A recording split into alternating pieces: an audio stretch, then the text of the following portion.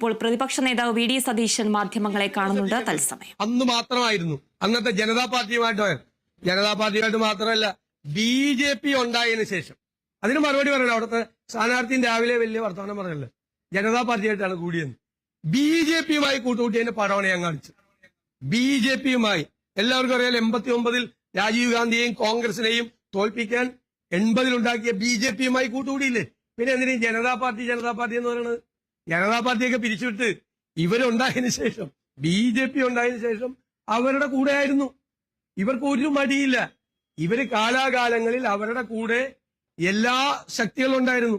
ഇപ്പോ ഒരു ഇടത് കൈയിൽ PDP-യെ ചേർത്ത് പിടിച്ചിരിക്കുന്നു. അബ്ദുൽ നാസർ മദനി ഏറ്റവും വലിയ തീവ്രവാദി ആയതുകൊണ്ട് ഞങ്ങൾ കേരള പോലീസ് തമിഴ്നാട് പോലീസിന് പിടിച്ചു കൊടുത്താണ് എന്ന് അവകാശപ്പെട്ടാണ്. വലതുഭാഗത്ത് പേരൂർക്കടയിലെ ആസാമിയല്ല പേരൂർക്കടയിലെ തെറ്റിദ്ധരിക്കരുത്. ആ സാമിയും കൂടി കൂട്ടുപിടിച്ചിരിക്കുകയാണ്. മനസ്സിലായില്ലേ? ഇടതുഭാഗത്ത് PDP-യും വലതുഭാഗത്ത് ആസാമിയും. എന്നിട്ട് പറയാം ഞങ്ങൾ മതേതരത്വത്തിന് വേണ്ടി നിലകൊള്ളുക. ഇടതും വലതും തോളിക്കയിട്ട് നിൽക്കുന്നത് PDP-യുടെയും ആസാമിയുടെയും. അതാണ് നിങ്ങൾ മനസ്സിലാക്കേണ്ടത്. എത്ര കാപഢ്യമാണ്. കേരളത്തിന്റെ രാഷ്ട്രീയ നഭോമണ്ഡലത്തിൽ ലാഫിംഗ് സ്റ്റോക്കായി പരിഹാസപാത്രമായി CPM നിൽക്കുന്ന കാഴ്ചയാണ്. നാളെ തെരഞ്ഞെടുപ്പ് നിലമ്പൂരിൽ നടക്കാൻ പോകുമ്പോൾ ഇന്ന് കാണുന്നത് വെപ്രാളമാണ്. ഒരു വെപ്രാളം കാട്ടിയിട്ട് കാര്യമില്ല. ഉജ്ജ്വലമായ ഭൂരിപക്ഷത്തിന് നിലമ്പൂരിലെ ജനത ആര്യാട് ഷൗക്കത്തിനെ തെരഞ്ഞെടുക്കാനായി.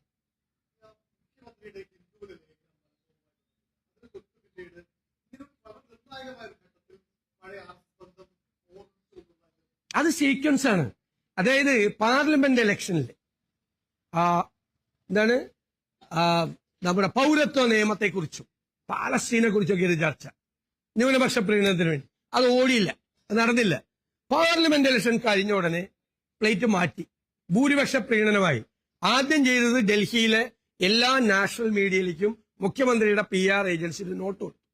ആ നോട്ടിലാണ് മലപ്പുറത്ത് മുഴുവൻ സ്വർണ്ണക്കള്ളക്കടത്താണ്, ക്രിമിനൽ ആക്ടിവിറ്റിയാണ്, തീവ്രവാദ പ്രവർത്തനമാണ്, ആ പണം മുഴുവൻ ഉപയോഗിക്കുന്ന ഇതാണെന്ന് പറഞ്ഞ് സംഘപരിവാർ ഒരു ദശാബ്ദക്കാലമായി അല്ലെങ്കിൽ 2 ദശാബ്ദക്കാലം സംഘപരിവാറിന്റെ ഒരു നെറേറ്റീവാണ് മലപ്പുറം ജില്ലയെക്കുറിച്ച്.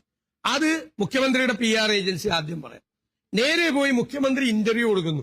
അതേ വാചകങ്ങൾ, PR ഏജൻസി കൊടുത്ത നോട്ടിലെ അതേ വാചകങ്ങൾ അത് പറയുന്നു. ഇന്നിപ്പോ നിലമ്പൂരിൽ തെരഞ്ഞെടുപ്പിന്റെ ചുമതലയുള്ള വിജയരാഘവൻ, അദ്ദേഹത്തെ വർഗീയ രാഘവൻ എന്നാണ് അവിടെ എല്ലാവരും വിളിക്കുന്നത്. അദ്ദേഹത്തിന്റെ 1 ഡസൻ സ്റ്റേറ്റ്മെന്റ് ഉണ്ട് മലപ്പുറത്തെ കുറിച്ച്. മലപ്പുറം മുഴുവൻ തീവ്രവാദികളാണ്, മുഴുവൻ കുഴപ്പമാണെന്ന് പറഞ്ഞു. ഏറ്റവും അവസാനം പ്രിയങ്കാ ഗാന്ധി ജയിച്ചപ്പോ പറഞ്ഞു തീവ്രവാദികളുടെയും വർഗീയവാദികളുടെയും വോട്ടുകൊണ്ടാണ് പ്രിയങ്കാ ഗാന്ധി ജയിച്ചതെന്ന്. നിലമ്പൂരിൽ 95,000 വോട്ടാണ് അവർക്ക് കിട്ടിയത്. 65,000 വോട്ടിന്റെ ലീഡാ. അവര് 95,000 വോട്ട് പിടിക്കുമ്പോ 29,000 വോട്ടാണ് LDF-ന്റെ സ്ഥാനാർത്ഥിക്ക് കിട്ടിയത്. ആലോചിച്ച് നോക്കി, അവിടുത്തെ മുഴുവൻ വർഗീയവാദികളും കൂടി പ്രിയങ്കാ ഗാന്ധിക്ക് വോട്ട് ചെയ്തു. അങ്ങനത്തെ ആ ഒരു ഭൂരിപക്ഷ പ്രീണനവും ഡൽഹിയിലിരിക്കുന്ന ഏമാനന്മാരെ സന്തോഷിപ്പിക്കുകയാണ് ഇപ്പൊ പിണറായിയുടെ മെയിൻ ജോലി. ഞാൻ ചോദിച്ചല്ലോ നിങ്ങളോട്, പാലാരിവട്ടം പാലത്തിന് ഒരു എഞ്ചിനീയറിംഗ് പിഴവുണ്ടെന്ന് പറഞ്ഞപ്പോ പാലം തകർന്നു വീണില്ല. UDF-ന്റെ കാലത്ത് തുടങ്ങി LDF-ൽ തീർത്ത പാലത്തിന്റെ അന്നുണ്ടായിരുന്ന മന്ത്രിയെ കേസിൽ പ്രതിയാക്കി. കോടതി ഇടപെട്ടില്ലായിരുന്നു. ഇബ്രാഹിം കുഞ്ഞ് ജയിലിൽ പോയാൽ എഞ്ചിനീയറിംഗ് പിഴവിൽ മന്ത്രി എന്ത് പഠിച്ചു? ഇപ്പോ അന്നത് ചെയ്ത CPM വ്യാപകമായി കേരളത്തിൽ ഹൈവേ തകർന്നു വീഴുകയാണ്. ആയിരക്കണക്കിന് കോടി രൂപയുടെ അഴിമതിയാണ്, അല്ലെ? മുഴുവൻ വിള്ളലാണ് 156 സ്ഥലത്ത്. ഞങ്ങൾക്കൊരു പരാതിയില്ല എന്ന് മാത്രമല്ല, മുഖ്യമന്ത്രിയും പൊതുമരാമത്ത് മന്ത്രിയും ഇവിടെ ഇബ്രാഹിം കുഞ്ഞിനെതിരെ കേസെടുത്ത അവര് ഡൽഹിയിൽ പോയൊരു സമ്മാനപ്പെട്ടി, എന്താണോ ആ പെട്ടിയിൽ?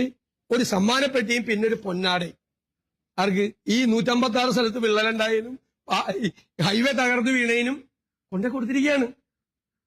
കേട്ട് കഴിവുണ്ട്. നിങ്ങൾ നോക്കിയാൽ മതി.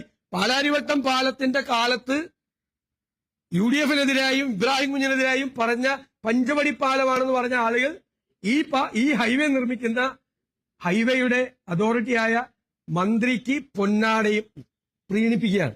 കാരണം എന്താ? BJP-യുമായിട്ടുള്ള ഇടനിലക്കാരനാണ് ആര്? നിതിൻ ഗഡ്കരി. സന്തോഷിപ്പിക്കുകയാണ് എപ്പോഴും. ഒരു കേസില്ലെന്ന് സ്റ്റേറ്റ് ഗവൺമെന്റിന് ഒരു പരാതിയില്ല. ആലോചിച്ച് നോക്കിയേ.